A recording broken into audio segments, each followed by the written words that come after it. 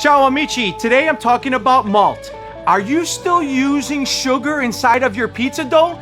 Get it out of here! We're talking today about something that's going to improve the quality of your doughs.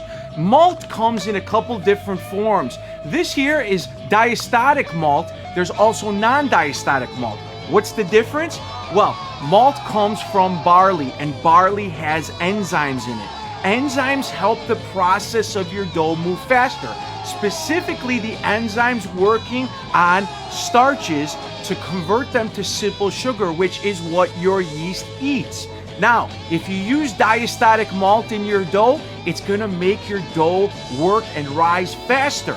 But if you're looking for color, adding non-diastatic malt to your dough will allow you, especially in long maturation doughs that are going for a really long time, it'll be a fuel reserve, let's call it, something for the dough to color. So caramelization, they call it the Maillard effect, right? It's what makes your steak brown. It's what makes your pizza crust and your bread crust brown. So get yourself some malt, either non-diastatic for color or diastatic for rising. Oh, and there's one more. There's also liquid malt syrup that you can use.